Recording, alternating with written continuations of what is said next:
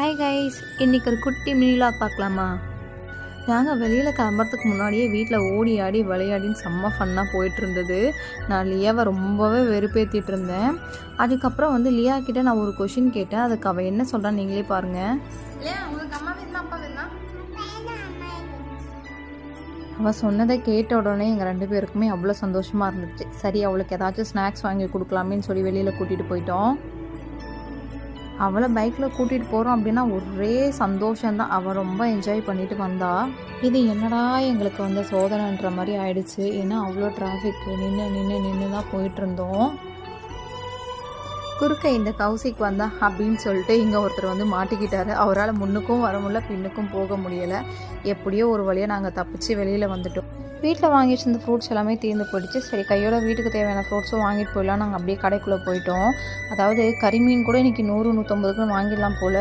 ஃப்ரூட்ஸோட rate கேட்டால் gauge 250-300 அப்படின்னு தான் சொல்கிறாங்க. சரி, ஓகேன்னு கையோடு நாங்கள் அதையும் வாங்கிட்டு அப்படியே கிளம்பிட்டோம்.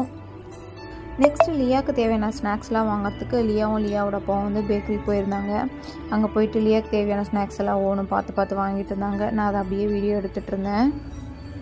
ஒரு வழியாக ஸ்நாக்ஸுமே வாங்கியாச்சு. வாங்கிட்டு நாங்கள் அமௌண்ட் பே பண்ணிவிட்டு அங்கேருந்து கிளம்பிட்டோம். யாருக்கெல்லாம் இது பிடிக்கும்னு தெரியலை. அதாவது நாங்கள் போயிட்டுருக்க இந்த ரூட்டில் ஒரு ரைஸ் மில் இருக்கும். அந்த ரைஸ் மில்லில் பார்த்தீங்க அப்படின்னா மிளகாத்தூள் அரைக்கிற ஸ்மெல் அப்படியே ரோடு வரைக்கும் வாசனை மணக்கும். எனக்கு ரொம்பவே பிடிக்கும். அதாவது நான் பார்த்து ஆச்சரியப்பட்ட ஒரு விஷயம், இந்த ஏரியாவில் பார்த்தீங்க அப்படின்னா சர்ச்சு, கோவில், மசூதி இது 3மே பக்கத்துலேயே இருக்கும். இந்த வீடியோவை நீங்கள் கிளியராக பார்த்தீங்க அப்படின்னா உங்களுக்கு தெரியும்.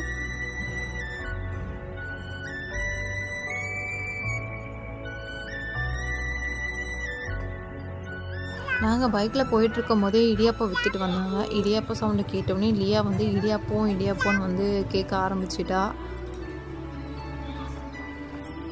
லியா என்ன தேடிக்கிட்டு இருக்கான்னு தானே யோசிக்கிறீங்க? பைக் பார்க் பண்ண போன அவங்க அப்பாவை காணோன்னு சொல்லிட்டு அவள் தேடிக்கிட்டு இருக்கா. அவங்க அப்பாவை பார்த்த உடனே அவன் முகத்தில் சந்தோஷத்தை பாருங்கள், ஒரே ஓட்டம்தான்.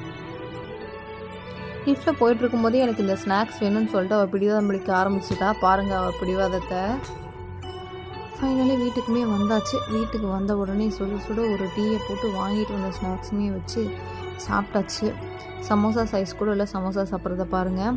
சரிங்க கைஸ், இந்த வீடியோ பிடிச்சிருந்தா லைக் பண்ணுங்கள், கமெண்ட் பண்ணுங்கள், மறக்காமல் சேனலை சப்ஸ்கிரைப் பண்ணி வச்சுக்கோங்க. பாய்.